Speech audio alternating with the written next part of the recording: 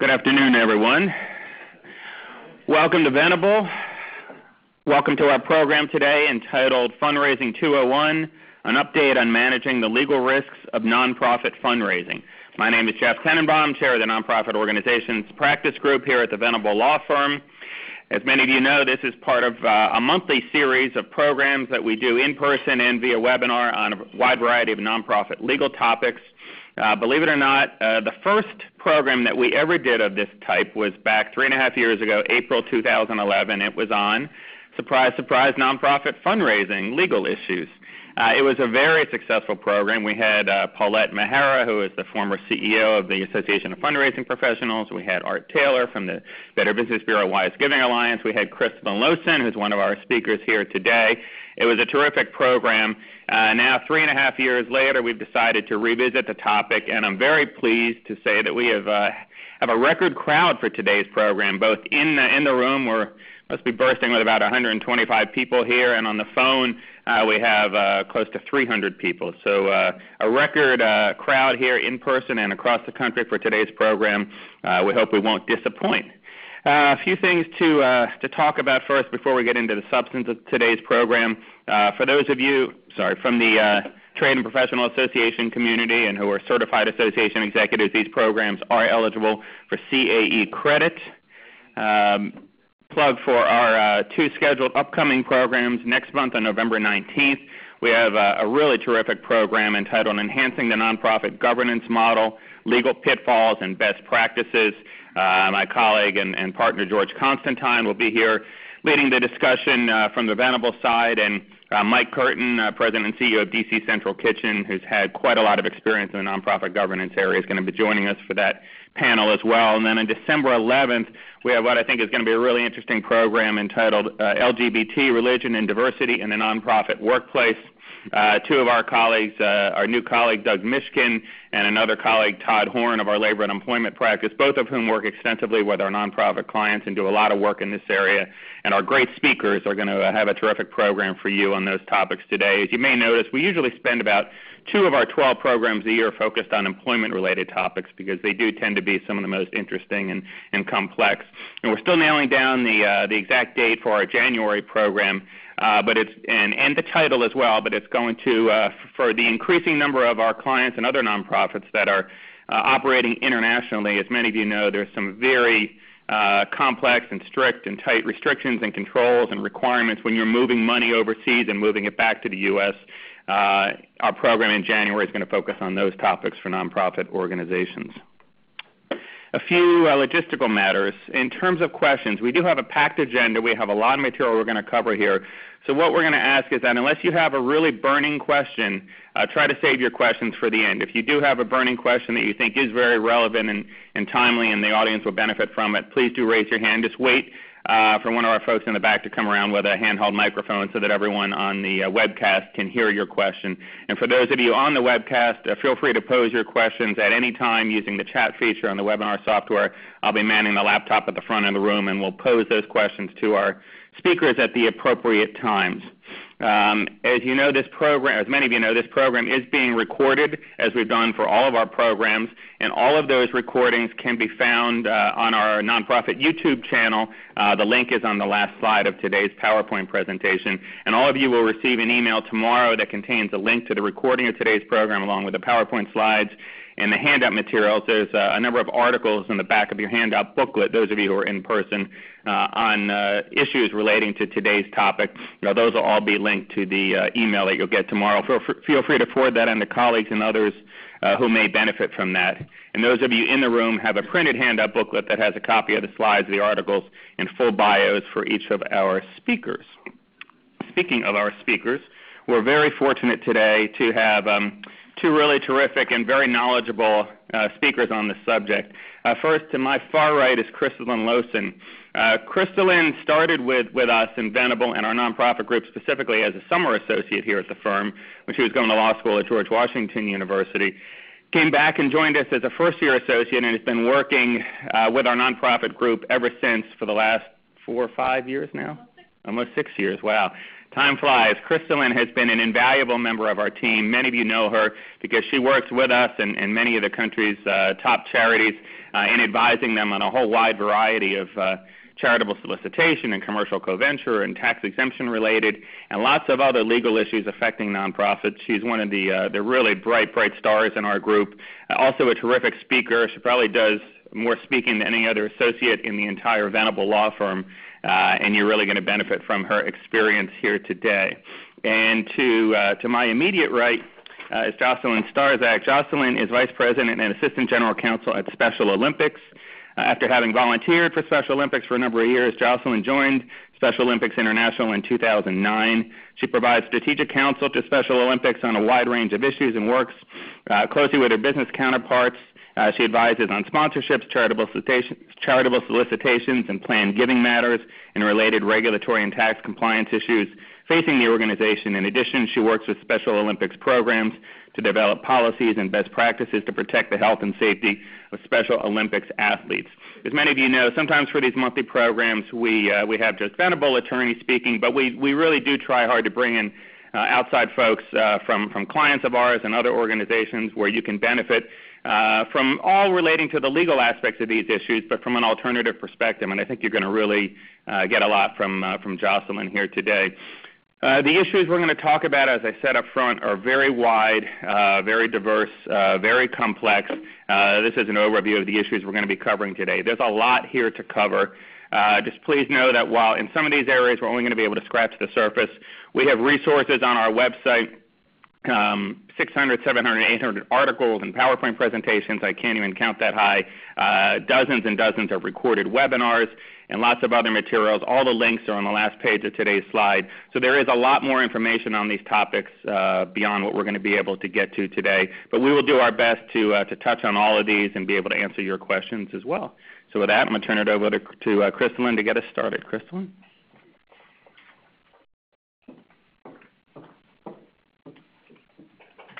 Hello, and thank you very much for attending. Can you all hear me? I heard this microphone's a little soft, so I'll try to be loud. But thank you for attending in person and on the phone. As Jeff said, we did this first presentation about 3.5 years ago in 2011. And when I was looking over the slides, I realized there's been a lot that's changed in this area, from states adding new charitable solicitation registration requirements to states imposing what I consider to be governance requirements on charitable solicitation entities in the state, to additional commercial co-venture activities, to Venable getting a YouTube channel. So we just wanted to make sure that we come back 3.5 years later and talk about the updates, and then we're also going to delve into a little bit of 201 issues, so what we consider to be beyond the basic issues, and talk about specific types of promotions that may come across your desk and the legal issues that we take a look at. And I'm very happy, delighted to be joined today by Jocelyn Starzak. Jocelyn, as Jeff said, is the Vice President and Associate General Counsel at Special Olympics. She's a colleague in the legal nonprofit area and also a friend. So I'm really happy that she agreed to join us today for such a packed house. Special Olympics is a very unique organization. It's one of the oldest and well-respected international charities, and yet at the same time they do a lot of innovative and very visible fundraising campaigns, and those all come across Jocelyn's desk. So I know she's going to have a lot to add today. Please feel free to jump in at any point. And without further ado, because we do have so many slides, let's run through the agenda. Okay, so we'll be covering the first two issues are kind of 101, state charitable regulation of charitable solicitation, and also the UBIT issues. And then the second part is really going to be looking at specific fact circumstances in fundraising. So that includes the sale of merchandise, fundraising events, online fundraising platforms, raffles and sweepstakes, mobile giving, and then we'll finish with gift acknowledgement. So if we get all the way through gift acknowledgement, we're definitely going to save time for questions. But like Jeff said, if you have something that you're really itching to ask, go ahead and raise your hand and we'll take it in the middle. So starting with the state regulation of fundraising. As a lot of you probably know, there's about 3 buckets that I consider to be the charitable solicitation regulation areas, and 3 different types of entities that are regulated at the state level. And the first is the charity or the nonprofit organization. The second, and I guess you could say second and third because there's 2 different types, are the fundraising professionals. So those are professional solicitors and also professional fundraising counsel. And then finally we have the commercial co-ventures, which I consider to be kind of my favorite area. So we have a lot of slides there. So starting with the charitable organizations, this is probably where much of the audience, where you're from, where you work in charities, and charities conduct fundraising for themselves. You need the funds to sustain your mission, and a lot of those funds come from donors, individuals that you're reaching out to. States regulate this type of activity because they want to protect their citizens and make sure that when you call someone or somebody sends in a pledge that they actually understand where that money is going and the money is applied to the purpose for which it's solicited. So the triggering definition of when you need to register in a state is when you're soliciting. It's very broadly defined what solicitation is. It's an affirmative act for asking for a gift or a contribution or selling goods and services. The key here is that you're supposed to register prior to soliciting in the state. How many times that happens, I'm not quite sure because you do need funds to pay for the registration fees, but that's the idea, is that you want to register prior to conducting solicitations in the state. Solicitation is also broadly defined. As you can imagine, the states are trying to cast a very wide net and catch as many organizations as they can. So in some instances, it could include grant solicitations. Probably not government grant solicitations, that's often an exemption, but because of the broad solicitation definition, sometimes asking for corporate grants could be covered. And I put Kentucky there as an example. You can go look at their definition and what I believe would cover corporate grant solicitation. There are some typical exemptions. So there are some people or some entities that do not have to register.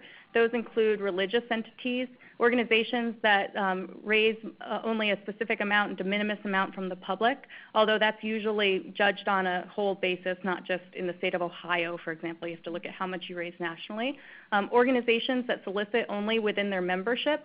The key here, when there's an organization that's an association, a 501c6, a lot of times they'll have a related foundation, which is a 501c3.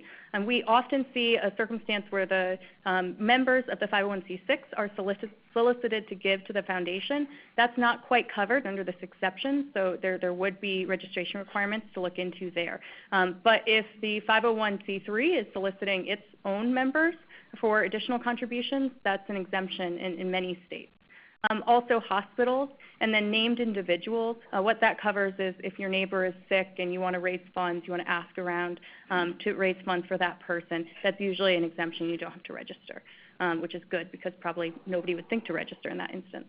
I also wanted to point out that the state definitions, although they call it a charitable organization, and charitable is defined under the federal tax code, that for state purposes, it can be broader than just a 501c3 organization. For example, Arkansas includes in its definition of what a charitable organization is, organizations that are for social welfare. It's about halfway down in that definition. So social welfare, as many of you know, implies a 501c4 organization under the federal tax code. So that's something to take a look at if you're a 501c4 organization. Or if you're a C6 and you're soliciting for certain educational purposes, restricted purposes, you could also be under the definition of a charitable organization. So consider what your solicitations are saying, not necessarily what your federal tax exempt status is. So if you are required to register, what does that mean? Here's a list of just the registration requirements, which includes filing a form, your registration, and renewing it every year. There is a unified registration statement, the URS, that was supposed to make it very easy. You could just submit one form. It's not unified or easy at all. You have to actually create a packet for each state. Each state thinks that it needs different things. Do they want your articles of incorporation? Do they want your 990? Do they want your determination letter? Maybe they'll have their own. You can use the URS, but then they have their own state-specific financial form, which doesn't really help you out. So know that that's out there. You can look up the URS online and you can pull off the form, but also know that you'll have to probably still create state-specific packets. Also, disclosures are required when you're soliciting for registered organizations. Disclosures such as where the consumer can find financial information or where they can contact the state office. That's the reason why sometimes you'll receive a solicitation in the mail and you'll get behind it what's sometimes called a buck slip that looks like a whole bunch of disclosures like you would get if you were entering a contest or something. And the reason is because each state has their own specific disclosures, a lot of states, and they want them to be accompanied with each solicitation. There's also financial annual reporting, sometimes with the renewal, sometimes separately or at a different time. And then also keep in mind that when you register initially, you'll often be asked, are you using a professional fundraiser or a solicitor, or are you working with a commercial co-venture? And if that information changes, or if other information changes, you change your name or your address or even your officers, the state requires an update. Usually that's within about 10 days. It can vary state by state, but keep that in mind as you're going throughout the life cycle of your organization. So it's not fun. It can be complicated, but it is required. So I wanted to make sure that we're all on the same page on the charitable organization registration. Here are some updates since we did this in 2011. There's probably some more, but I just pulled out the most relevant ones. Florida recently passed a law last year that impacts organizations that are registered to conduct charitable solicitations in Florida. And here's the piece that I found very interesting. It requires a conflict of interest policy for the organizations that are soliciting in Florida. That, to me, it sounds like something that's a governance requirement. Usually states that where you are incorporated, the one state where you're incorporated, will have certain governance requirements. You need X number of board members. You need to have so many annual meetings. You need to have policies, for example. Here, it's not only those entities that are incorporated in Florida, but also are soliciting there and need to have a conflict of interest policy. It also requires certain disclosures, as I mentioned on the last slide, disclosure about the Department of Financial Services, Consumer Services in Florida, where you can get information about the charity. That needs to be included on all solicitations, and they added with this new law that it needs to be on web pages. And the way that they defined it is web pages of the organization where somebody could click to donate, or which includes an address where donations can be sent, or which includes a telephone number where someone could call and have their donation processed. There was a meeting recently of NAG-NASCO, which is the National Association of State Charity Officials, and the National Associations of Attorney Generals. And we were going over different changes to the law, and a representative from the Florida regulator said that they really meant that to be, that one page where you click to donate, and not like every single page where you might have an address. But that is the way that the law currently reads. So that's something to take a look at, something new. New York also passed the Nonprofit Revitalization Act. This was in a lot of press, which went into effect in July. For organizations that are registered to conduct charitable solicitations in New York, there were two relevant provisions. The first was new financial reporting thresholds. This is actually like a positive for organizations. They raised the financial thresholds in tiers. So in 2014, 2017, and 2021, the reporting that you need to do increases depending on your financials, how much you raise per year, your gross annual receipts. And meaning it raises so that organizations that make not very much money will have less reporting obligations as the years go on. There was also a designated audit committee requirement. This is for organizations that raise the most amount of funds. So in 2014, it's organizations that have $500,000 or more in annual gross receipts. 2017, it's $750,000 or more, and then 2021, it's $1 million or more. Those organizations, the high earner organizations, have to have a designated audit committee. The audit committee needs to take certain steps to oversee the audit, meet with the independent auditor, select the independent auditor, go over the reports with the board. Very specific requirements. So I would ask that you take a look at those requirements. And then we had the flip-flop with Arizona and Nevada. Arizona repealed its registration requirements last year, and everyone was happy about that. And then Nevada implemented new registration requirements. So we're still at 40 states. Those are the updates. So the Charleston principles. How many have heard of the Charleston principles?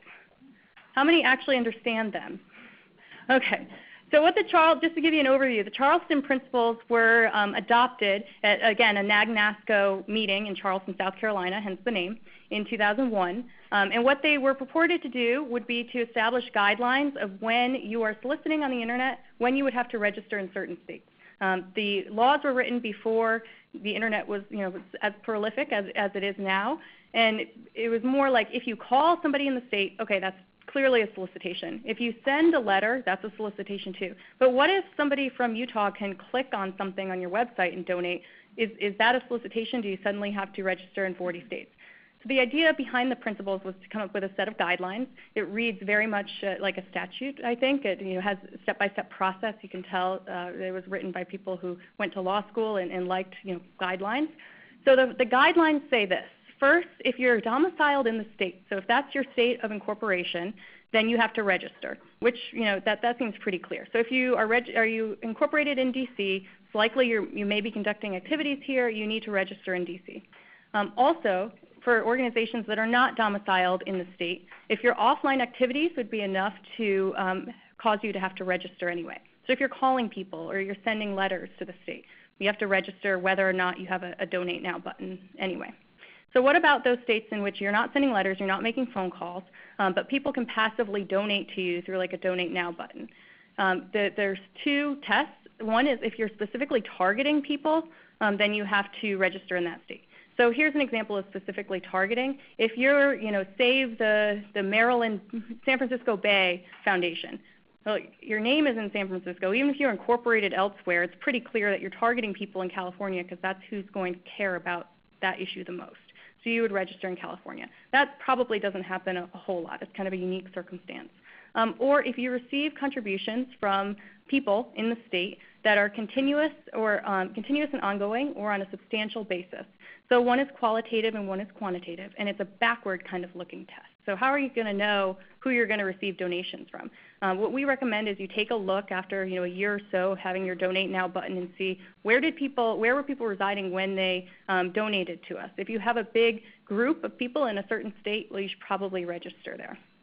But there is a nuance to this whole thing. If you say you have a group of people who are donating to you from all over, and they make one donation, and then you're like, great, now we're going to do this analysis and see where people are residing and where we need to register. And then we're going to add them to our list, and we're going to keep emailing them and sending them letters and calling them. And now there are donors. We're going to make sure that we get those repeated donors.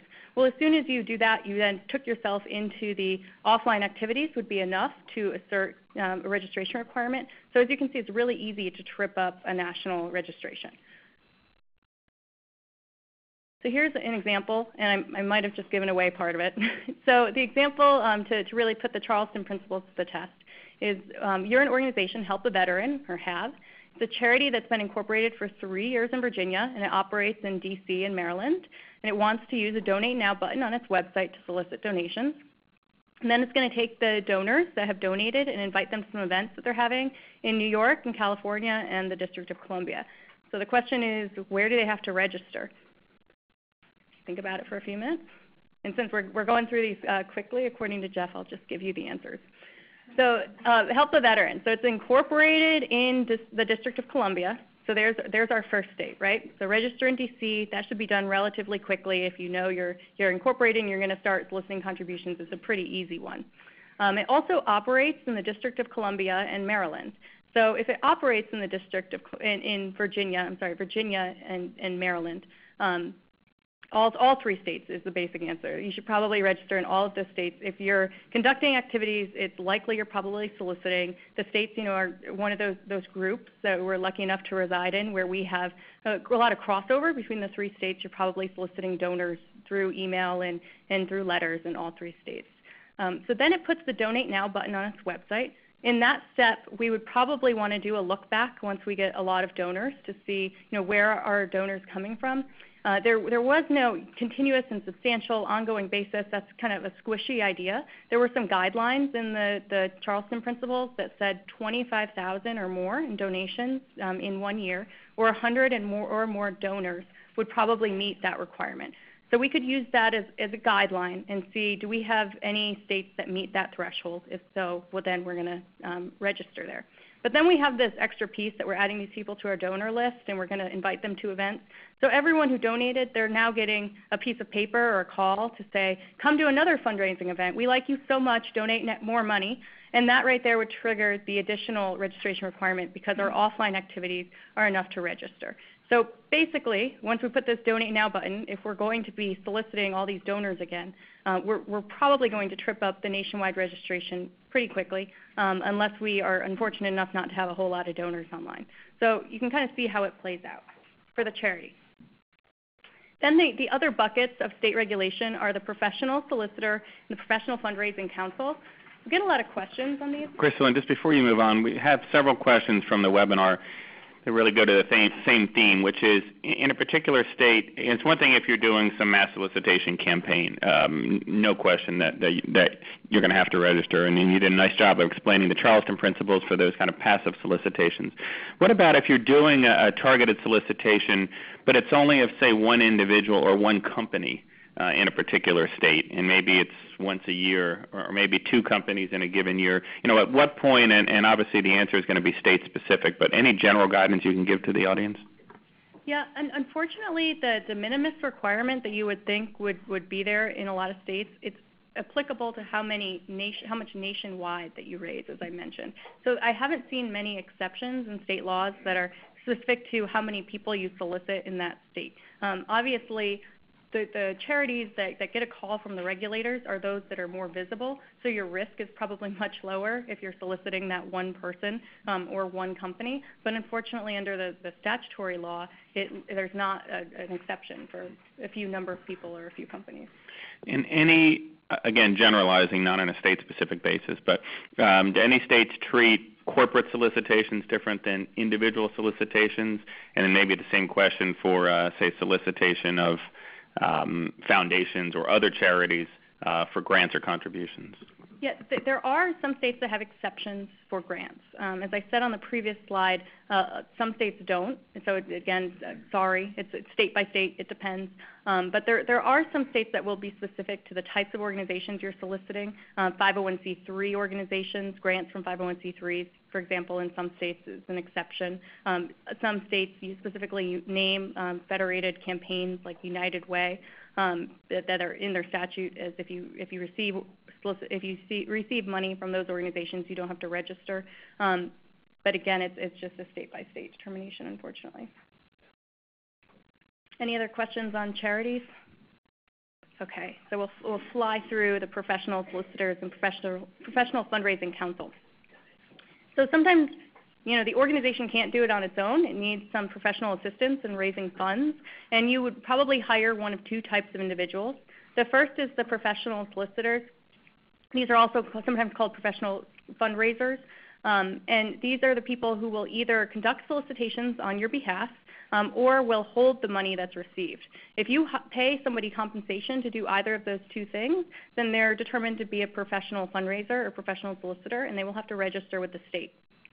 I can tell you from experience, their registration is a lot more onerous than the charitable organizations. There's bonds in a lot of states. There's a lot of questions about criminal history and background checks. New York's new requirement is that they need fingerprints from these people to run a background check. States are just kind of skeptical of the people who are raising money for charity and kind of require a lot of registration requirements for them. The second type of professional fundraising professional is a professional fundraising counsel or consultant. And these people help design your campaign, and they will go as far as helping to design your mailers or advising on who you should target, but they don't actually solicit. They don't make the ask to potential donors. And they also, importantly, don't hold the funds. So that's a little bit less onerous of a registration requirement, and there are those 2 buckets. We get a lot of questions on how do we classify this person? And it's always take a look at the contract, look at the statement of work, look at the scope of services, and see are they responsible for going and asking people themselves? Then they're probably a solicitor. If they're more in the office helping advise on strategic issues, then they're probably a fundraising counsel. And many of the definitions in the state statutes exclude employees of the organization, so you're not going to have to register if you work and receive a paycheck from the organization if you're a bona fide employee. If you try to get around it and say, oh, you're an employee and you get X% of what you raised for this short amount of time that you're working for us, it's probably not going to meet the exception. There's mandatory contractual requirements. It's very difficult to get a state-compliant contract that has everything in it and doesn't contradict itself, but that's what's required. So if you are engaging a professional fundraising consultant or a professional fundraiser, you should definitely take a look at the state requirements, and a few are listed here. An important point here is commissions. I mentioned percentage-based compensation before. A lot of times when organizations are first starting out and they're hiring a professional fundraiser, it just seems natural that you want the professional to work very hard and ensure results. So maybe commission is a good idea. But the Association of Fundraising Professionals, which is the leading association for fundraisers, actually has a standard that prohibits receiving compensation on a percentage basis for ethical reasons. So if you want to hire a fundraiser and they're resisting a compensation-based commission, or percentage-based commission. That's probably why. If you have a fundraiser that's asking for it, you may want to take a look and make sure they understand the registration requirements and their scope of work. Okay, so now Kristen, before we move on to CCVs, there's a question about how some of those requirements, both for fundraisers and consultants, apply to employees as opposed to independent contractors. And some of the same questions about employees getting compensated as a percentage of what they raise. In any states, does the fact that that person is an employee as opposed to an independent contractor also trigger those kind of registration requirements? If it's a bona fide employee who's doing either of these activities, they are probably exempt from registration requirements. If it's somebody who receives percentage-based compensation, there might be an argument that they're not a bona fide employee because they're hired for a different amount of time and their performance is totally based on what they raise. That might be an issue. But if you're truly an employee and part of your duties is conducting fundraising, like many organizations have in-house fundraising departments, those people do not have to register as professional fundraisers, solicitors, or fundraising consultants. So commercial co-ventures, this area is just exploding. I'd say probably half my work right now is in commercial co-ventures, both for-profits and not-for-profits. And there are a surprising amount of legal considerations in these marketing deals. So I wanted to definitely cover this area. So what is a commercial co-venture? Commercial co-venture is an arrangement with a charity and a commercial entity. Commercial entity is usually defined as an organization that doesn't normally conduct fundraising for organizations as part of its day-to-day activities. And the organization advertises in a sale or marketing campaign that a purchase or use of its goods or service will benefit a charity or a charitable organization. So here's an example. If you just walk into Starbucks and look around, I'm sure you'll find many others. But every time you buy a bottle of Ethos water, we'll contribute 5 cents to the Ethos Water Fund, part of the Starbucks Foundation. So you have there, you purchase the bottle of water, a contribution to a charity, the Starbucks Foundation, and it's consumer driven. And if you're more of the fast food type of person than a coffee shop, here's another one for you. This is a Frosty, a commercial co-venture where you purchase a Frosty in June, and Wendy's will donate a portion to the Dave Thomas Foundation for adoption. Very tasty commercial co-venture right there, but definitely under state regulation. Kristen, Lynn, there's a question from the webinar. It's basically another example that we could have put up there. Would putting a notice on a website that you participate in the Amazon Smile program trigger registration with any state? What if you put a button that links directly to Amazon Smile? That's a really great topic, and it's such a great topic we have a slide and about 10 slides. So if the person who asked that can hold on just a little bit, we'll get to it, and I'll explain how Amazon Smile Foundation works. So if it is a commercial co-venture, if you're donating a portion of the proceeds for a charitable organization for the product or service, what is required? And this is surprising to a lot of corporations that want to do charitable giving with these types of campaigns. They actually have to register in 5 different states now: Alabama, California, Illinois, Massachusetts, and newly South Carolina. And that's the commercial entity that's registering. So it's the bottled water company or it's Wendy's that has to register as a commercial co-venture. There are different requirements. 2 states require bonds, charitable solicitation bonds, in Alabama and Massachusetts. So that's something that they will have to go out and secure before they can register. And there are also certain states that require notifications. So it's not the full registration, but they want to see the contract that you have between the charity and the commercial co-venture, and they want to be notified of relevant details of the campaign. And there are other states that also have disclosure or contractual requirements that are not listed here, but this slide should be helpful in pointing you to the right regulations. There's been some developments in the commercial co-venture area as of late I wanted to make sure you were aware of. Maine last year repealed all of its commercial co-venture requirements. So it used to be a state that had a bonding requirement, and so it was one of the more onerous states. And the legislature just decided, you know what, this isn't really worth the time and effort that people are putting into the registration, probably because there are a lot of entities that don't register, and we're just going to do away with the registration requirement. So last year at the NAG-NASCO conference, it was a good feeling for us because states are taking a look and repealing the requirements. Well, then this year South Carolina popped up and increased their requirements. So again, now we're back at 5. So the South Carolina requirements are that you file a CCV application, you have to do a notice of solicitation, which is signed by the charity and the commercial co-venture, and that you file a joint financial report with the 2 entities. So to keep in mind, when you're doing a commercial co-venture campaign, you really got to start off early because you have to get a lot of signatures on forms, you have to get bonds, you have to have a contract between the two entities, you have to get this all filed in advance of the promotion starting. So I can't tell you how many times we get a call, and it's, a colleague of ours in the marketing department is looking at a campaign, and they say, this looks like something to do with charity. I'm going to give Crystal a call, and they call, and it's a very clear commercial co-venture, and they say, okay, we're going to start next week. And I mean, we can try. We'll try our hardest, but it's very hard to get this whole registration done in a week. So if you're thinking about doing a commercial co-venture, or you get approached by a company that wants to do one with you, try to do it as far in advance, a couple months as possible. There are some mandatory contractual requirements. Again, see a theme going on here: contracts and disclosures and registrations. So these are just a few of them. You can read it on your own. And then there are also required advertising disclosures. This is important because when you see a commercial co-venture campaign, the states are really concerned that a reasonable consumer, not the most intelligent or questioning consumer, but a reasonable consumer can understand the promotion, the relevant details, what's going on. So things like the name of the commercial co-venture, the name of the charity and contact information for the charity, the percentage or dollar amount that will be donated, the purpose for which the donation is going to be used, and then the applicable dates of the promotion and any maximum or minimums. Those should all be within the advertisement that you're seeing for the commercial co-venture. The last two are not required by state law, but they are recommended. And who are they recommended by? Well, there are two main groups that provide best practices in the commercial co-venture area. The first is the Better Business Bureau, Wise Giving Alliance, and their Standard 19 is directly about commercial co-venture activity. And it requires that you disclose the percentage or the dollar amount, as well as the duration of the campaign, like when are you running this campaign, and any minimums or maximums to be donated.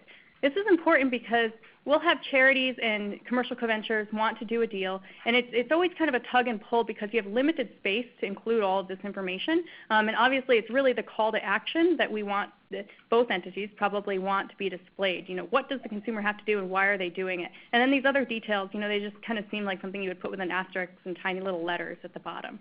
But in order to maintain your Better Business Bureau Wise Giving Alliance certification, you have to comply with all of these different standards. Standard 19 is one.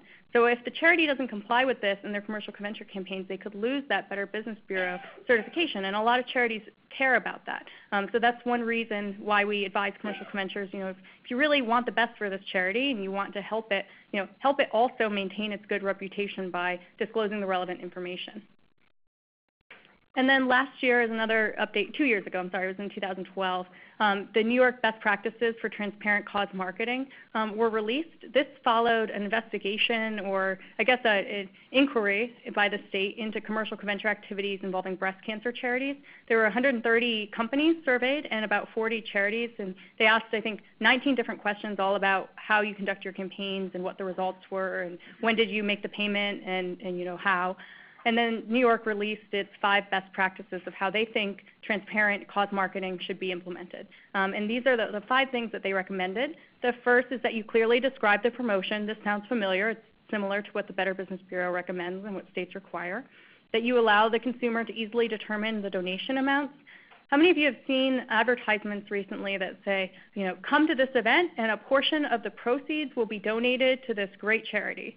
I see that all the time. And how much does proceeds mean? How much are you actually going to donate? Is it a cent? Is it $10? How much is being subtracted from that cost of that ticket? You never know. So that's why, in general, whenever I see proceeds, change it to the dollar amount or percentage. And we hear a lot the argument, well, we don't really know how much it is going to be. We're going to donate all the proceeds. That's true. We're not really sure how much the proceeds are going to be until we net out our costs. Well, to find out, what's the lowest amount? It's going to be over $10 or $15. You can say at least that amount. So it gives the consumer some sort of benchmark of how much is going to be donated. The third principle is be transparent about what's not transparent. If it's a fixed amount, if you have a deal where it's going to be $25,000 no matter what, that's not actually a commercial co-venture because the consumer donation doesn't make a difference. So instead of saying, buy this and we'll donate $1, say, we're donating $25,000. Thank you for your support. Also, an issue with ribbons without donations. You probably see this all the time too, because it's October. You see the pink ribbons just on everything. I saw them on cupcakes recently, and I'm the annoying person that asked the cupcake seller, like, why is this pink ribbon on your cupcake? What's going on? And, oh, it's breast cancer awareness. Are you making a donation? Like, is there some sort of, what am I supposed to take away from this? No, it's just, we support the pink ribbon. That's great, but New York thinks that you should disclose, on the display case, no donation will be made for your purchase of a cupcake. It's a little bit much. I haven't seen too many negative disclosures, but it's something to think about. The fourth is ensure transparency in social media. We'll be talking about social media in a minute and how whether social media campaigns are truly commercial co-ventures, but New York thinks that you should be just as transparent about your social media campaigns. So disclosure of items like when is the campaign running, how much is being donated, what does the consumer have to do to make this donation, and then finally tell the public how much was raised. So New York suggests that you, after the campaign, both the charity and the commercial co-venture entity post the results. This is something that was a little bit controversial, because what if it's your first campaign and you don't make a whole lot of money? You don't want to tell people that you didn't make a whole lot of money, but that's something that was suggested. And then this last piece was my favorite suggestion. They wanted this consumer label that would look kind of like a food label that would explain all the relevant information. And I mean, I completely agree that that's all good information to have. Whether you have the space for a whole box of like a nutrition label, I really haven't seen it implemented, but that was a suggestion. And then we have one great example that I wanted Jocelyn to highlight for us. So Crystalline gave a great groundwork here to lay the groundwork for us. Sorry, I have to speak into this. But I'm going to talk about a specific example that Special Olympics did a couple of years ago with a company called Sensi. I don't know if you're familiar with Sensi. I did not know Sensi, but they sell warmers, which are essentially electric wickless candles. And you plug them in and put a little wax on top and it melts and it smells like a candle. And they wanted to partner with us and wanted to give us a portion of their sales. We came up with this example. $8 from the sale of every cause warmer would be given to Special Olympics. We're not going to go into all of the details with that, but there are a couple of specific considerations that we had here. One, Sensi is a company that I didn't know. Wanted to make sure that we wanted to do business with that company. And what is their reputation? Do you want to be associated with a brand and with this company? You're doing this cause marketing promotion and your brand is out there. Another thing that was a little bit unusual, we typically don't do cause promotions where we have branded products. We typically tend to have a situation where during a period of time, one of our sponsors, Coke, might say, buy a bottle of Coke and we will donate $1 to Special Olympics for every bottle. This was specific in that they actually used our logo. And I think it raises a couple of interesting questions for us. One, we wanted to be really careful about how it was presented and to make sure that our brand identity guidelines were followed. But it also raised questions of, would we get enough interest in this? Are we limiting the consumers who are interested? Because it's a very specific brand, and this is a very specific type of cause warmer. And will it be universally accepted as opposed to another Sensi warmer that might be more generic? So that was something we took into consideration as well. And we also thought about the fact that if it didn't go well, are we going to have all of these branded products with our logo all over it in the discount, the bargain basement in the bin? And what does that really do for our logo and for our brand? So those are some interesting considerations that we have that we don't typically deal with. But if you have that, you may want to think about what you put in your contract and maybe limit the number of products that are produced, or think about limiting the price, the discount price that can be offered. In this case, it was $8, so Sensi wasn't going to necessarily reduce it too much because they needed to make a profit. But what if it was a percentage? What if it was 20% of the purchase price? They could reduce it significantly and the money wouldn't come to us, in addition to potentially damaging our brand a little bit. Jocelyn, I had a question for you with microphone. We've had questions before, and now I'm going to turn it on. Can you hear me? Okay. We've had questions before where it's the same sort of situation where it's a time-limited promotion, and if the promotion stops, the products are still out there, and they might then be sold for a discount in price, and the time is over, so that the donation wouldn't kick in anymore. Was that an issue here at all? So we have in our contract the fact that they would have to stop selling the products when the donation was over. So they couldn't sell this without giving us part of the proceeds. I will say that we did extend that contract a little bit so that to allow them to sell off some additional product. But we did say that when that contract terminates, their ability to use our logo would terminate as well. It's a good point, because we've had instances where, and I've seen it too, where you're buying a cause product and it's on sale and the time period is over, but our consumer's really aware of that. You really want to make that clear, make it in the same font at the time period, and maybe even have the people at checkout aware that they just let people know, this is a great product, but the promotion is over. Something to keep in mind. And I think that raises a comment too with social media. Because if you don't put that, social media is the type of thing where if you tweet this and it didn't have the dates on it, someone tweets it and then they retweet it and retweet it again and again. If it's a limited time period and you don't have the dates on that, it's possible that people won't know that the time has expired, and they may just be seeing that tweet as it's being shared. Great. All right, so we are moving on to my favorite topic, UBITs, tax considerations. If you are involved in any fundraising, it is an important consideration. And we are only going to scratch the surface here. We don't have a lot of time. But know that you really do need to think about tax and think about unrelated business income when you are considering your fundraising activities. The purpose of the unrelated business income tax is to, am I speaking enough? Is to prevent a tax-exempt organization from competing with a for-profit organization that has to pay income tax on a similar trade or business. So, as I said, this is a long topic. We're going to kind of hit this quickly, but let's talk about what exactly it is. As you know, typically a not-for-profit is exempt from income tax. But if income is raised from a trade or business that is regularly carried on and not substantially related to the organization's tax-exempt purpose, then that organization could be subject to unrelated business tax and be taxed at the corporate rate, just like the for-profit. Let's look a little bit at the specifics of these. A trade or business, what is that? It's an activity that's carried on for the production of income from the sale of goods or services. Regularly carried on speaks for itself. There should be some continuity, some regularity with the activity.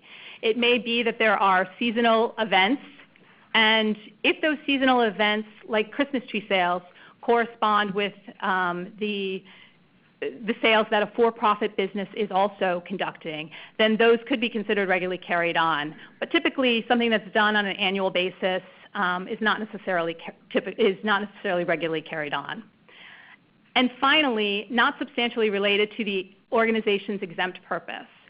It may be a little bit easier to look at this by saying, well, what is related? An activity is related if there's a causal relation to the achievement of the tax-exempt purpose, and that activity contributes importantly to the tax-exempt purpose. We'll look at that one a little bit. That one is you have to look at each of the activity as separate components. It's called the fragmentation rule. And one way to look at this is a good example is through a museum shop that sells gifts. And as part of their offerings, they sell note cards that have reproductions of works of art that are contained in the museum. On the back, they may have a description of that work of art. They may talk about the artist who did it. Because the museum, part of its mission is to educate the public about art, that would be considered substantially related to the tax-exempt mission.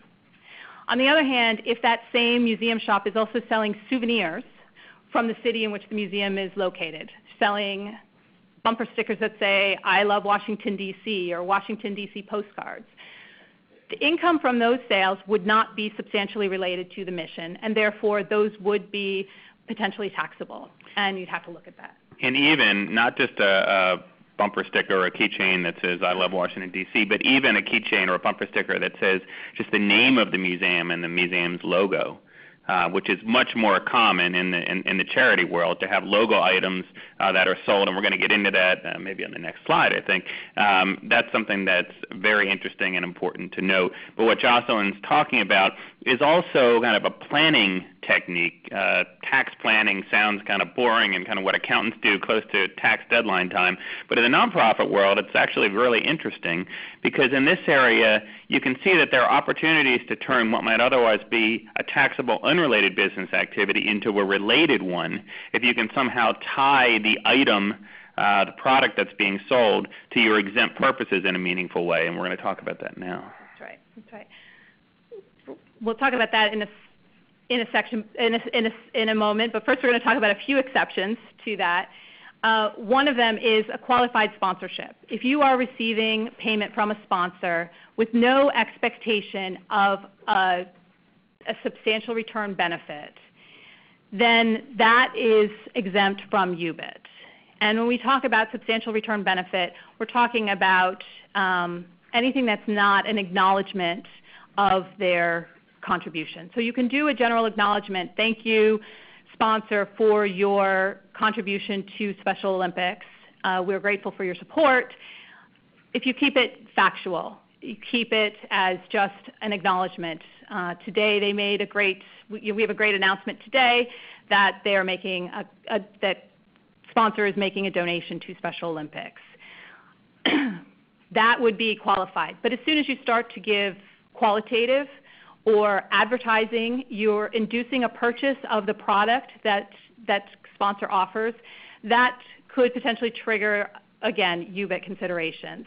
If you are offering sponsorships, if you are providing contingency payments because based on the amount of, if you are to receive contingency payment based on the amount of public exposure, that could also trigger UBIT concerns.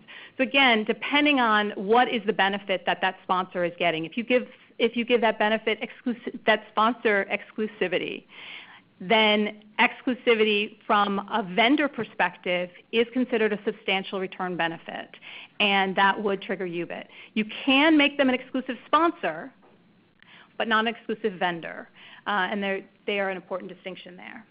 Yeah, this is one of those areas, one of those few areas in nonprofit tax law where we don't just have the Internal Revenue Code guidance to go by, but we actually have some very detailed specific regulations that the IRS issued after Congress enacted this exception to unrelated business income. There are very detailed specifics that say here's the kind of benefits that qualify as an acknowledgement, and here's the kind of benefits that would put you into the advertising bucket. Jocelyn talked about some of them. Others, like price information. If you want to stay in the acknowledgement side, you have to stay away from any specific price information and things like that. But I would encourage you to take a look at those specific regulations. We have a couple great articles on our website that talk about these rules in detail, and there's some really good guidance there. And it's really, this is, again, one of those areas from a planning perspective that you can fairly easily turn what might otherwise be taxable advertising income into tax-free qualified sponsorship income. Thank you. A few other exceptions. There is passive income. When a charity receives passive income, such as a royalty, to give a license for use of its logo or its valuable intellectual property, as long as the charity remains passive and is not providing services, is not promoting these products that have its logo on it, then that could be a royalty exception as well. The sale of donated goods, a thrift store, an auction where the goods are donated would also fall into an exception. And work performed by unpaid volunteers is also in that exception. So the takeaway is really ask the question of what is it that the company is being paid for? Is it being paid for its a license to use its logo, for its intellectual property, or is it being paid to perform services to promote a for-profit? What is the purpose of this payment?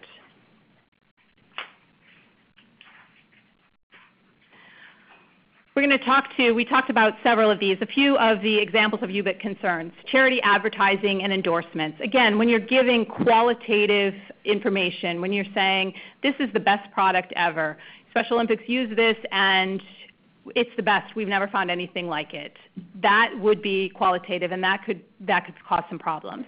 As long as you keep it as an acknowledgement, that is really where you should do. You can put a link to the charity, from the charity's website to the sponsors, as long as you're not linking to a product page and not inducing someone to make that purchase. So if you link it to their home page, or maybe a page that talks about the relationship between the parties. Exclusive provider arrangements. Again, we mentioned that exclusive provider is a problem with that. And you run into a lot of these because a lot of the sponsors that we work with want to be able to show that there is a return on investment for giving this donation to the charity. And it can really be a difficult struggle because they want to be able to show that they're getting new customers, or they are increasing their awareness of their products, and charity is providing something to them. And it's a really difficult balancing act to try to say, I'm sorry, but the tax law doesn't allow us to do this. We don't incur UBIT. Now, it's not to say that you can't, but it is a decision, and I think you want to take that decision, not make it lightly, to determine whether the income that you would otherwise receive, whether it's worth paying the taxes on it and going through the steps of reporting that tax. It is possible. If you do report it, you would do it on a Form 990T, but it is something that you want it to be a conscious decision and not an after the fact, oops, we did this, we didn't realize it was going to trigger this, and now we have to take these steps.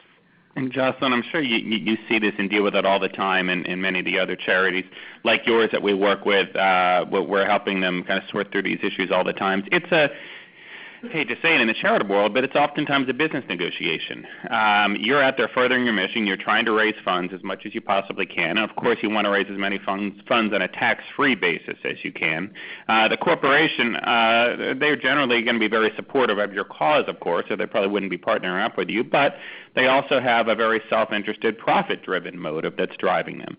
So sometimes when you're negotiating these deals, you can keep all of the benefits on the acknowledgement side of that fence without crossing into advertising, and you can keep all the money tax-free, and the sponsor is very pleased with that. But there's a lot that you can get away with under the corporate sponsorship rules. You can really push that envelope. But there are other times when the sponsor/advertiser, just call them corporate partner, not in a legal sense, that corporate partner is going to insist on more, or at least they're not going to give you as much money unless they get more. And so sometimes what we end up doing is helping our clients structure deals that are multifaceted. So you have a corporate sponsorship arrangement, and you obviously are trying to get as much money into that bucket as you can. But you might separately have an advertising arrangement where they're going to pay you some money for what would qualify as advertising. And then there might be other buckets as well. That you could be a trade or professional association that has a trade show, and they're going to exhibit at your trade show.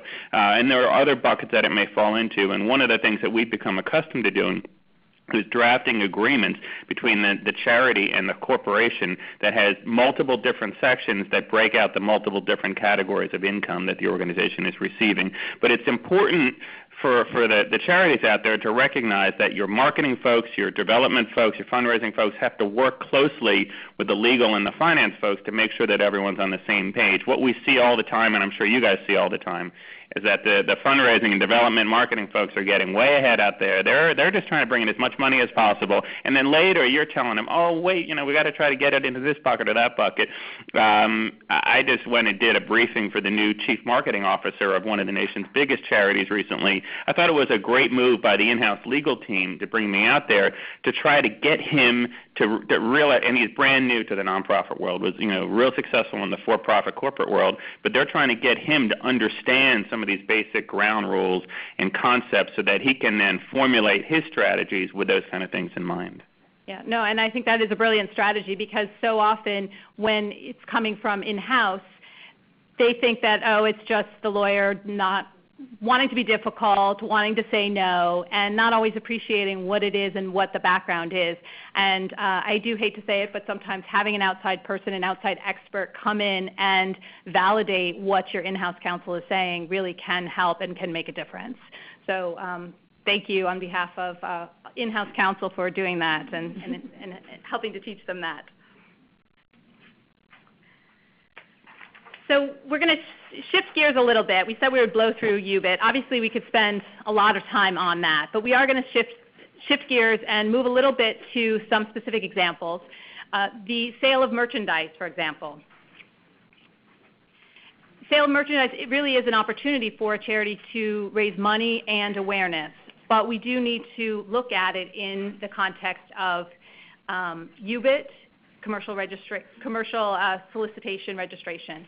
So let's turn to, because it is such a fact-intensive analysis for UBIT, let's turn to a specific example of something that we did at Special Olympics. I brought an example of it here as well, but we sold these shoelaces in connection with the 2010 Special Olympics European Games. And this was a lead-up, this was a campaign that we had for the Games, and the idea was we were uniting people through sport with these shoelaces. And it was a huge success. We had athletes wearing, Special Olympics athletes, professional athletes, everyone wearing these laces to get recognition for the Games. And we sold these laces for, I think, €5 each, and everyone loved them. You can see that the laces themselves are our signature color red, and they have the Special Olympics logo on them. They have our logo at the top of the cardboard cutout. And on the back, we talk about our mission and how these laces relate to our mission. We say Special Olympics is a global movement for people with intellectual disability that ties us together through the power of sport. By wearing the laces, you show that you are a fan of unity. So when our Europe-Eurasia office first started doing these, we looked at it to see if there were any concerns from a UBIT perspective. But because this was being done in connection with the Games, it was a campaign specifically for the Games, it was not regularly carried on. So we were able to say this is fine, go ahead, sell them, have fun. But we didn't anticipate the reaction and how successful it would be. And after the Games, people wanted to continue selling them. So now they want the sale of this product to be regularly carried on. And as a lawyer, one of the worst fears that I have is that I'm going to give some advice and it's going to be taken out of context, and I'm going to say this is fine to sell them, but now something has changed in my assumptions and it's no longer fine to sell them. Thankfully, this case, it did come to me before they started selling, pretty much before they started selling them, a little more regularly. And we had to look at it. We no longer could rely on the not regularly carried on, so we had to look at whether they were substantially related to our mission. And we looked at the fact that they have our logo and they are raising awareness for our mission of inclusion of people with intellectual disabilities. And the other part of it that we looked at, it has a description of this. It provides information of where you can find more information.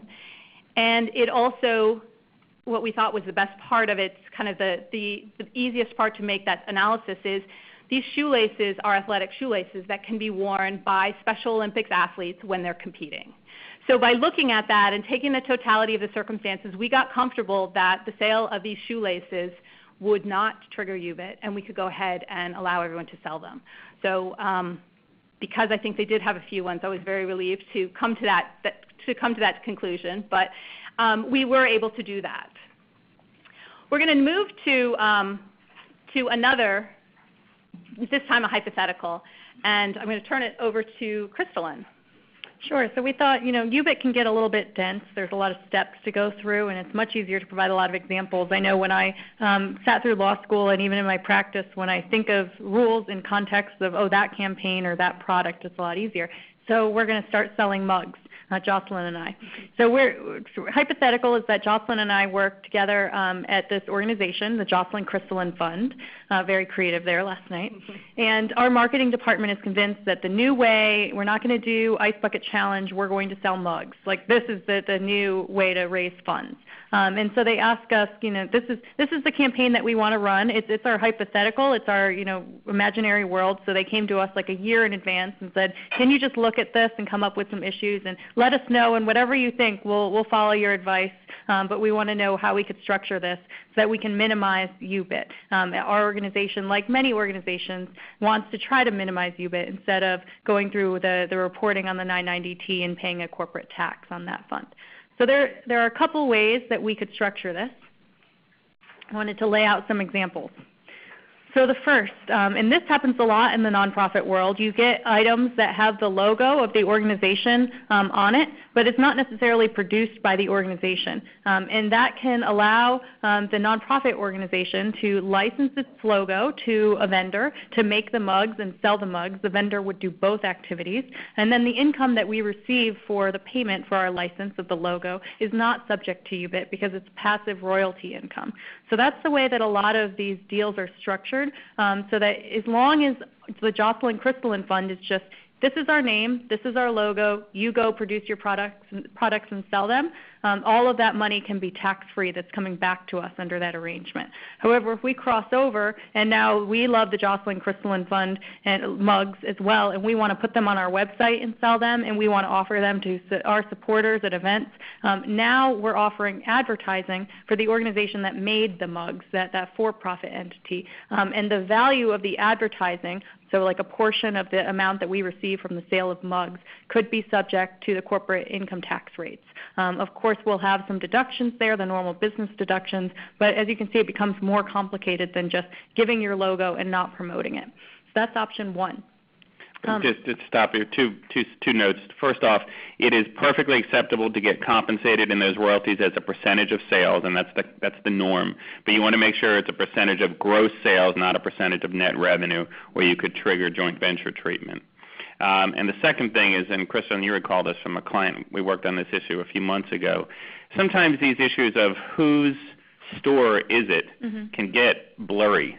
Because it may be on the charity's website that you have this online store, and it looks like the charity's selling it, but it's really a back office kind of private labeled store that's run by someone else, where someone else really is taking the license to your name and logo, manufacturing the products, fulfilling the products, taking in the money, fulfilling the orders, sending them out. But it appears as a storefront on your website. Maybe it appears it's part of your charity selling it, or maybe it's a link to that other for-profit company's website.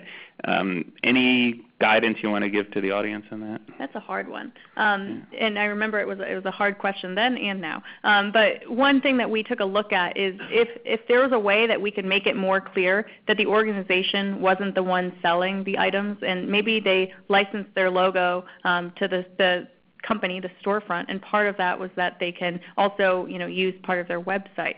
But if you're doing that, you want to make clear that the consumer would know they're no longer buying from the organization, from the Jocelyn Crystalline Fund. They're going to another third-party website. So that can be done through, one of those little buttons pops up that says you're leaving our website and going to somebody else's website. I think that more clearly establishes that it's not the organization doing it. But the more promotion that you do, the more your website has special features that says, buy our logoed products. We're sending you another website, but we're incentivizing you to buy them. Well, then you're providing advertising again. Another way that people have structured this is more as a commercial co-venture, where they can provide a link to another entity's site, but that site is all the Jocelyn Crystalline Fund items. And the site says we're going to donate $1 or a portion of the proceeds to the Jocelyn Crystalline Fund.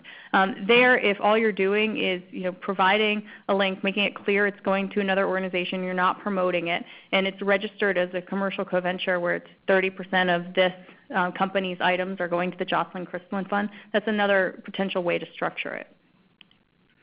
So moving from the storefront example back to our red mugs here, the second way that we could do it, the option 2, is that the charity directly sells.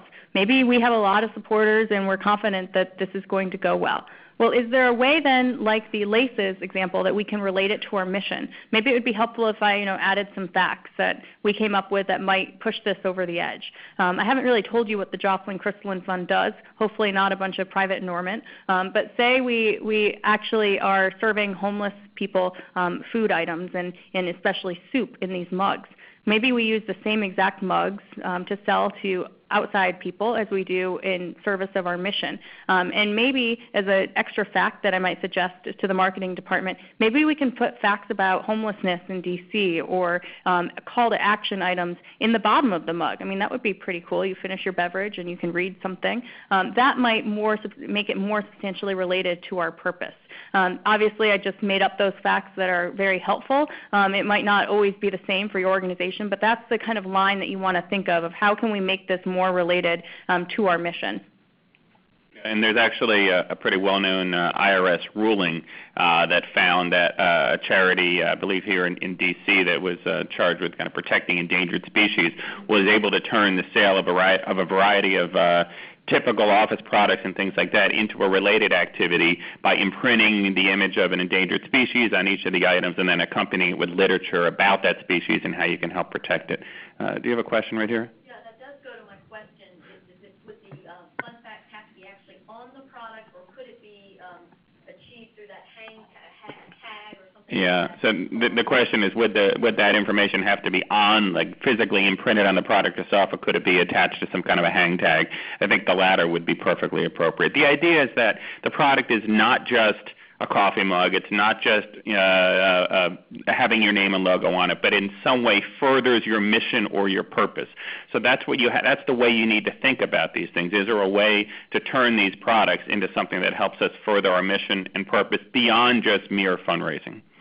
All right, let's move on because we're running short on time. Sure. Your other option isn't really selling the mug at all. It's providing it as a thank you item. There are values under which you have to fit to make sure that that the whole contribution that the donor is providing is deductible. And if you meet those items, then you're probably outside of the UBIT territory and you're providing just mere acknowledgement of a donation.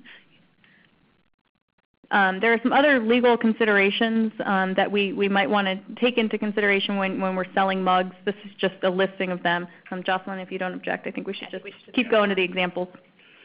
So now we're going to talk about fundraising events. So similar to our analysis with the UBIT analysis, we're going to look at a hypothetical here. The development department at Awesome Charity wants to participate in an optical course run to raise funds for the organization. As Jeff mentioned, depending on how we structure these, there are different ways that we can structure this that would have different benefits to the charity and different ways to look at it. So let's look at the different ways that we can do this. We could have one situation where we have a promoter that organizes the entire event, is responsible for the registration, setting up the course, everything that's related to that. And in that case, they will simply make the charity, Awesome Charity, a beneficial charity of that race. So the disclosures would say, come to XYZ optical course run. Promoter is donating $10,000 to Awesome Charity. In that case, as long as charity remains a passive recipient and doesn't actively do that, we satisfy the requirements under UBIT. We don't have to worry about that. That could be a qualified sponsorship payment or it could be a royalty exception, and we don't have to worry about that. The promoter is not soliciting donations in this case, so we don't have to worry about whether they're a professional fundraiser and have to register on that either. We had a second option where, again, the promoter does everything, but instead of giving a flat donation, they give a percentage of the registration fee. And in that case, we've talked about the commercial co-venture relationship that would be triggered and all the requirements that would come with that. Then we have a third option in which charity itself is responsible for organizing the event. And charity puts on the obstacle course run, hires everyone to run it, manages registration, manages the course, and promoter is only responsible for getting people to participate and encouraging people to make donations. A friends asking friends type of things, donate, raise all this money for that.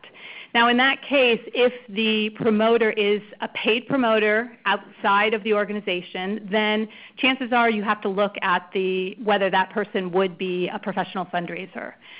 You could change it. We talked about earlier that if that person were in-house and a full-time employee and a bona fide employee with charity, then you don't have to worry about that registration requirement the same way. So that would be a way that you could actually change that. Another way to look at this would be to have the charity put it on, but hire a third party to organize everything. And it's the charity that is then responsible for promoting it, for getting people to come to organize that. And in that case, then, your organizer is just an organizer, is just a vendor that's being paid by the charity, not a commercial co-venturer, not a professional fundraiser. And you can handle it that way as well.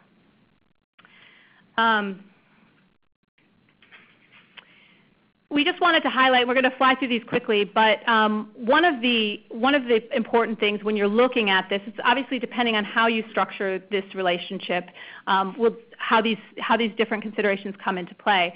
But one thing I do want to point out is the contract. Make sure that the contract actually states what you agreed to. If the contract says that if you believe that you're responsible for getting volunteers, but you think that it's the organizer who is going to train them and supervise them, make sure that that's what the contract says. Because I will say that I have seen some that say charity is responsible for the volunteers. And the charity thought that meant we just are responsible for procuring them. But if you have a generic statement like that, that could trigger some liability if there's a problem with those volunteers. Another quick thing that I am going to point out with this is the insurance requirements. Keep in mind, again, depending on who's responsible, whose insurance would apply, some of these types of things, we used obstacle courses because they can be dangerous and they can be the types of things that insurers don't always want to cover. So look to see if there are any exclusions in your policy before you do something like this. And make sure. Sometimes it's because of the nature of it. Sometimes it's because you'll have such a large number of people participating. There can be exclusions in your policy. Okay, we've got about 10 minutes left. We still have a number of areas to blow through. We're probably going to run about 5 minutes over. But just to make sure you understand kind of where we're at in this and put this in a broader context, if you haven't noticed, nonprofit fundraising implicates a lot of different areas of law.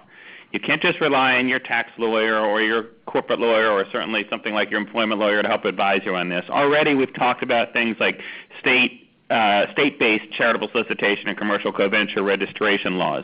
We've talked about kind of the general laws on false and deceptive marketing that are enforced by state attorneys general and the Federal Trade Commission against for-profits and non-bona fide charities. We've talked about federal tax law as it relates to unrelated business income. We don't have time to get into private enrollment and private benefit considerations, which are very significant sometimes in this area, particularly with how fundraisers get compensated, both employees and independent contractors. We're going to touch on at the end IRS-based disclosure and acknowledgement rules. But there's others that we're going to get into, federal and now international laws like Canada's that regulate email marketing and the solicitation of contributions by email. For years in the past, we've been dealing with laws regulating fundraising by faxes. We have nonprofit postal permits. We're going to touch on the state laws that regulate lotteries and raffles and sweepstakes and games of chance. There's privacy laws. And then there's even, not laws, but the rules that the social media platforms impose if you were going to do fundraising through Facebook and Twitter and other social media. There's a lot to deal with. So you are probably already overwhelmed. You're going to be even more so after the next 10 minutes when we blow through all this. But just recognize that when you're thinking about these things and analyzing them, you need to pull in the right requirements and laws and regulations from a lot of different areas. It's not easy. It's very complex. We could spend a whole day, we could spend a whole week or a whole month teaching this class. But with that, Crystal, Lynn, take us through the last 2 minutes. I was worried that we were going to have some dead time and people would just be looking at me and I wouldn't have anything else to say. But let me just give you an overview of some topics that come up a lot. So online fundraising promotions. The rule is, in general, it seems like online fundraising can be like the wild, wild west. just go back to your 3 buckets. Are you soliciting as a charity? Look at the Charleston principles. Are you paying someone online, a platform or a company, to help you solicit people and raise donations? If you're paying that, if it's a compensation-based arrangement, look at that, is that company registered as a professional fundraiser? And finally, if you're selling if something's being sold online and a percentage or a dollar amount is going back to the charity, probably a commercial co-venture. And that can take place on a lot of different platforms. I included, you can have a commercial co-venture in 144 characters. Here it's Interflora Flowers in a breast cancer charity. These are in the UK, so I picked an organization that wouldn't actually be here for privacy concerns. But that's what it would look like on Twitter. We get a lot of questions on, okay, commercial co-ventures, I understand, purchase of a product or service, but what about if you run a campaign where it says, like us on Facebook or retweet something? Is that a commercial co-venture? Is that a purchase of a product or service? And it's a little bit gray. There's no state law on social media promotions, but I think a good majority of states would look at that and say, is there any product or service that's really being purchased here? Maybe the web page or the social media pages as a service perhaps, but a lot of states, when we've done like an informal survey, have said that that's outside of their commercial co-venture registrations. So if you want to be ultra-conservative, maybe you do register that campaign, but a lot of times it's viewed as outside of the commercial co-venture registration. But that doesn't mean it's hands off, you're fine. We would still recommend that you have disclosures, even when you're online and I'm clicking something. It's not that hard to click my finger, but I still should know that what am I doing this for? What percentage or dollar amount is going to a charity? Is there any time frame? As Jocelyn mentioned before, it lives forever in social media. You want to make sure that you clearly disclose the time frame so people aren't clicking forever and you think it's an endless donation. And then also having a contract with the entity that's making that donation. It may seem weird to come back and say, oh, well, thank you so much for this $25,000. Can you sign this document? But it's actually for the benefit of both parties. Both parties should understand, when are we actually receiving this payment? Is it at the close of the commercial co-venture? Is it the close of the promotion? Or is it in 90 days? Or the close of the sponsor's fiscal cycle? It's very important also to allow for the license of the charity's intellectual property. Your intellectual property is very valuable. You don't want to just let people use it without having some sort of agreement in place. And just as an aside, we did almost a whole program several months ago about the importance of gift agreements and a lot of different nuances and wrinkles and pitfalls that come up in the area of gift agreements. It sounds illogical, but it has become the norm to have agreements in place between larger donors and the recipient charities. There's not just in the estate planning context and things like that, where of course you would expect it, but anytime someone's making a large gift and generally expecting some sort of acknowledgement, some sort of expectation of something in return, it is becoming increasingly common to put these in writing. So I promised we would get to Amazon Smile. It took a little bit longer than expected. But a lot of times we'll be advising clients, especially for-profit clients, and we say, well, this campaign is going to have to be registered and you're going to have a contract with the charity. And they say, well, how about Amazon Smile? They work with 1 million charities. I doubt they have 1 million agreements. So I looked into this and I wanted to share with you. They have an Amazon Smile Foundation, which itself is a 501c3 entity. All the money that you donate, the 0.5%, so 0.5% of your Amazon purchases, those are actually donated from Amazon, the corporate entity, to Amazon Smile Foundation, which is a 501c3. So the registered commercial co-venture arrangement there is between Amazon and the Amazon Smile Foundation, and then the Amazon Smile Foundation makes grants to those nonprofits, probably a lot of you in the room. So don't worry that you have to have a contract with Amazon as a charity, because this is kind of a loop around way to do it. And we definitely have had clients that have looked at trying to do this themselves. There is an expense involved in setting up your own charity, and then there's also an expense in having grants and providing procedures for grant procedures. So it's not for everyone. A lot of times it's just easier to have a contract with one organization, run it for a short amount of time, and register that one campaign. But that's how that's arranged. I'm really happy that we got to this slide, the crowdsourced fundraising. This is a giant bucket. It's basically everything that comes across your desk that you can't really fit into somewhere else, that's online, that's allowing consumers to make small donations and aggregate them, and you receive a check from some platform, you don't know where.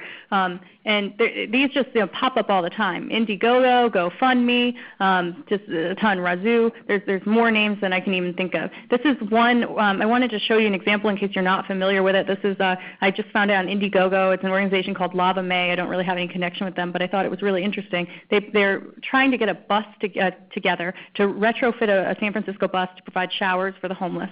And they, as you can see, they have a donation goal, and they're almost there.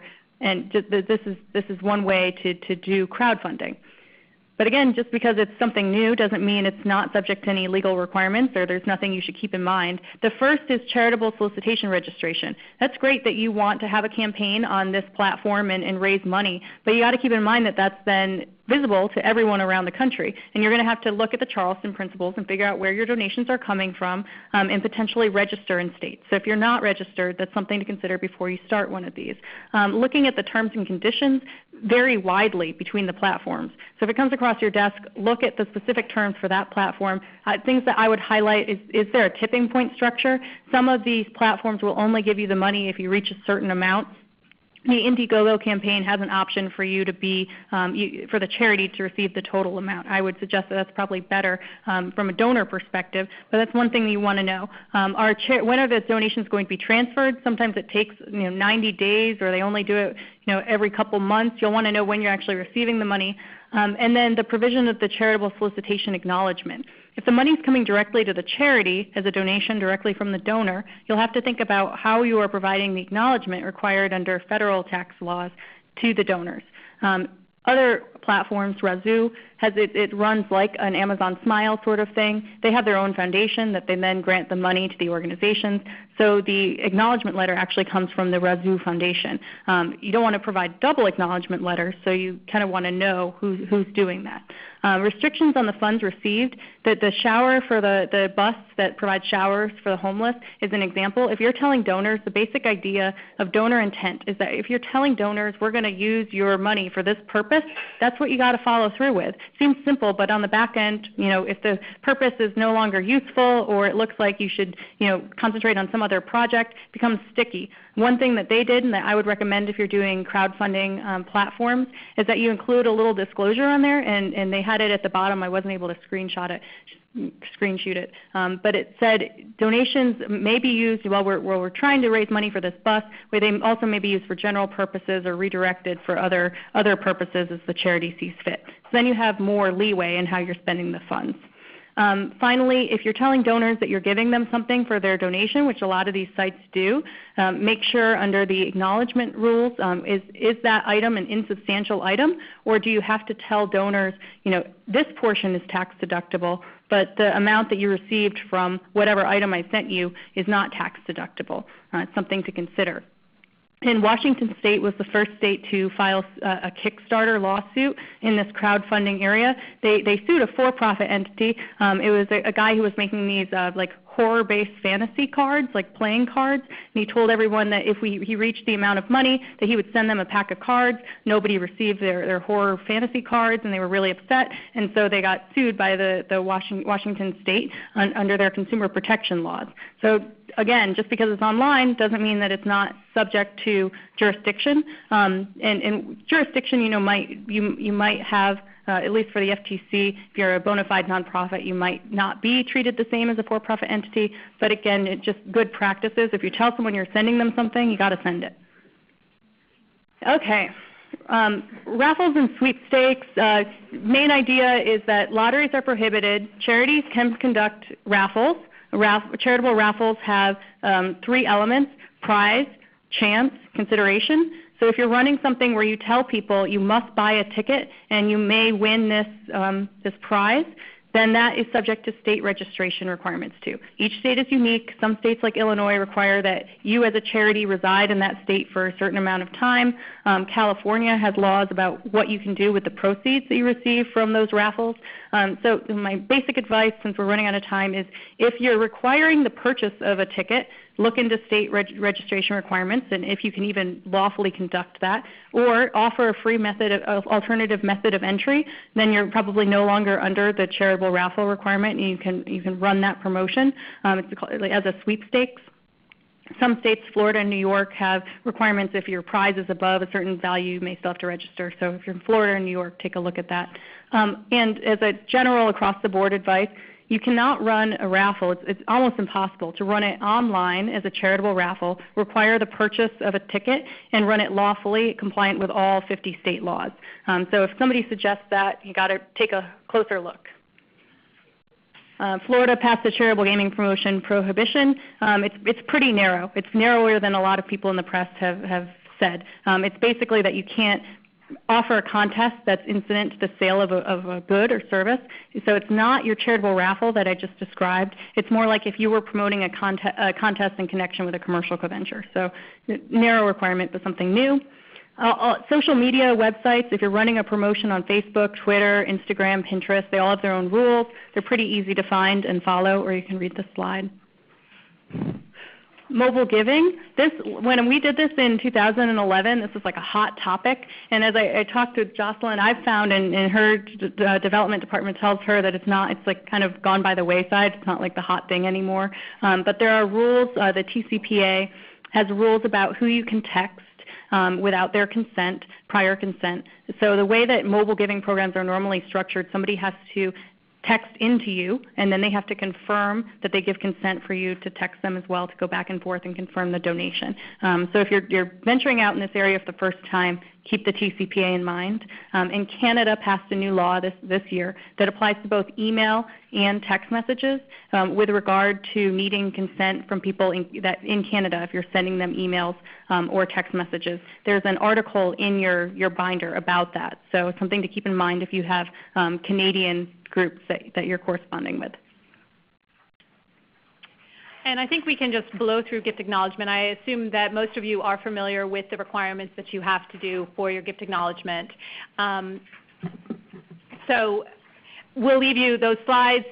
There's also the information in the IRS publication 1771, which is really helpful to have that information about when you need to provide, what disclosure you need to do, no goods or services are provided, or if there are goods and services, you have to include the fair market value and tell them that the fair market value, the amount of the contribution that exceeds the fair market value of the gifts they receive is the only part that is deductible. So we'll blow through that, and we're a little bit under the wire. Well, only 5 minutes over. Crystal and Jocelyn, thank you for a terrific job today. My apologies for not having as much time as we had hoped for questions. I tried to get back to a number of you on the webinar as quickly as I could. You'll see here on this final slide links to a ton of resources that we have on all of the topics that we talked about today, and then some. Feel free to check those out. And like I said earlier, you'll get an email tomorrow with a recording of today's presentation and the slides and all of the handout materials. Thanks again. We hope to see you back here next month. And Jocelyn and I will hang out here if you have any questions that you were saving. Thank you. Thank you.